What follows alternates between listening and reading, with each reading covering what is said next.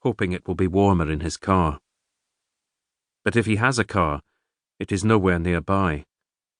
They walk east on Jiangguomenwai for a long time, late-night traffic dwindling on the boulevard, the occasional bikers drifting past them like ghosts in the dark of the cycle lane.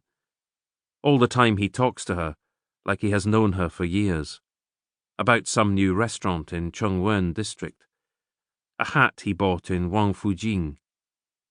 He is easy company, but she wishes they could reach his car soon. The digital display on the clock on the far corner of Dongdoqiao Road, above the Beijing Yanbao Auto BMW franchise, shows 1/4 past midnight.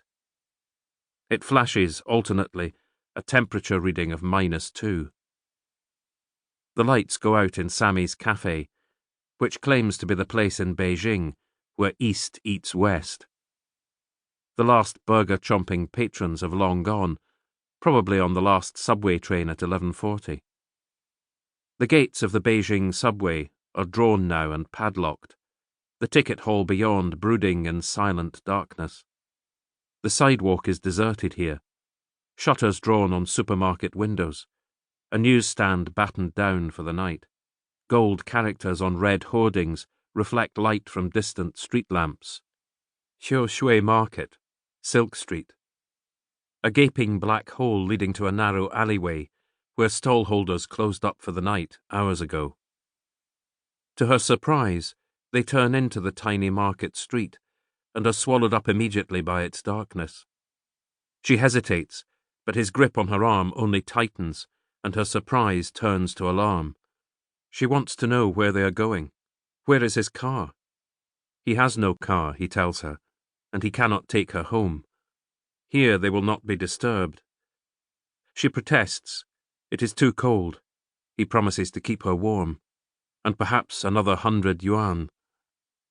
She is slightly mollified, and reluctantly allows him to lead her deeper into the alley. Here in the day, thousands of people clamour and haggle for bargains, stallholders shouting and spitting and throwing the dregs of cold green tea across the flagstones. She has been here many times, but never seen it like this. Cold, deserted, shuttered up. Above the stalls on the east side, the lights of apartment buildings seem to plunge the alley into even deeper gloom. On the west side, 3-story luxury apartment blocks lie empty, as yet unsold. She glances back. The lights of the boulevard seem a long way away. Up ahead, the street lamps lining the road outside the US Embassy visa office seem feeble, devoured by the night. Her eyes are adapting now. She can make out signs for silk carpets, freshwater pearls, cloisonné, seal carving.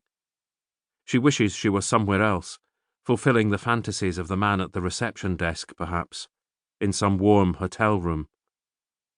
They are almost at the far end of the alley when he propels her into an opening, and she feels the freezing cold of metal gates pressing up against her back. She feels his breath on her neck, lips grazing her skin, and she tenses for the inevitable. It never gets any easier. But he steps back and says she should relax. He takes a pack of Russian cheroots from his coat pocket, and his lighter flares briefly in the dark. She fumbles in her purse for her cigarettes, and he lights one for her.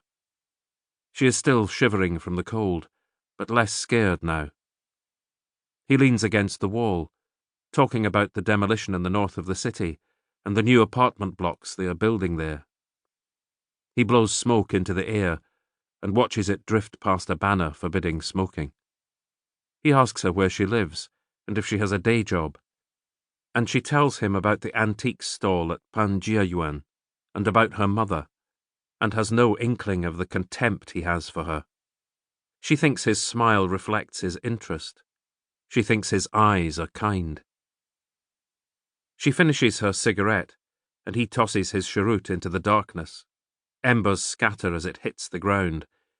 He steps closer, a hand slipping into the warmth beneath her jacket, his hand searching for small breasts pushed up into fullness by the wonder bra sent by God for Chinese women. Hot breath on her face. She can smell the bitter smoke of his cheroot.